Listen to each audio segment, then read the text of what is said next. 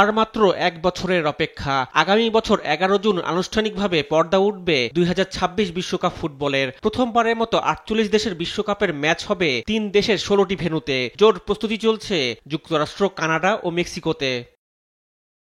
বিশ্বকাপের আয়োজক দেশ মেক্সিকোতে কাউন্টডাউন ঘড়ি উন্মোচন করা হয়েছে।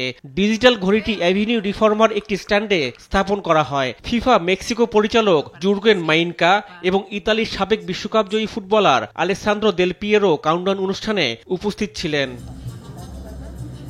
2026 বিশ্বকাপের উদ্বোধনী অনুষ্ঠান হবে মেক্সিকো শহরে। আর এর মধ্য দিয়ে একমাত্র শহর হিসেবে বিশ্বকাপের 3টি উদ্বোধনী অনুষ্ঠান আয়োজক হওয়ার কৃতিত্ব করবে মেক্সিকো।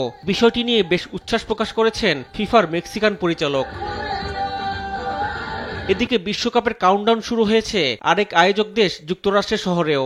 ডোনাল্ড ট্রাম্পের অভিবাসন নিষেধাজ্ঞার প্রভাব নিয়ে উদ্বেগকে সঙ্গী করেই যুক্তরাষ্ট্রের নিউ জার্সি শহরে শুরু হয়েছে বিশ্বকাপ কাউন্টডাউন। যুক্তরাষ্ট্রের আরেক শহর মিয়ামিতেও বিশ্বকাপ কাউন্টডাউন শুরু হয়েছে। ঘড়িটি পরে মিয়ামির আন্তর্জাতিক বিমানবন্দরে স্থানান্তরিত করা হবে, যেখানে দর্শনার্থীরা এটি নিয়ে ছবি তুলতে পারবেন এবং 2026 বিশ্বকাপ শুরু হতে ঠিক কত দিন, ঘন্টা, মিনিট এবং সেকেন্ড বাকি আছে তা দেখতে পারবে।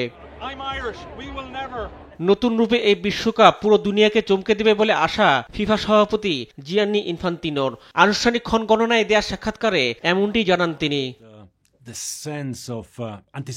যুক্তরাষ্ট্রে এর আগে 1994 সালে বিশ্বকাপ হয়েছে, অভিজ্ঞতা আছে মেক্সিকোর। তবে কানাডা এবারই প্রথম আয়োজক হচ্ছে। প্রতিটি ভেন্যু আমরা কঠোরভাবে পর্যবেক্ষণ করছি। আধুনিক স্টেডিয়াম, প্রযুক্তি সর্বোচ্চ ব্যবহার থাকবে 2026 বিশ্বকাপে। আমাদের লক্ষ্য আমরা নতুন প্রজন্মের মাঝে ফুটবল উন্মাদনা ছড়িয়ে দিতে চাই। 23তম আসরে অংশ নেবে 48টি দেশ। বিশ্বকাপ ইতিহাসে এই প্রথমবারের মতো এত দেশ বিশ্বকাপে অংশগ্রহণ করবে। রিফাত আঞ্জুম, দেশ টিভি, স্পোর্টস ডেস্ক।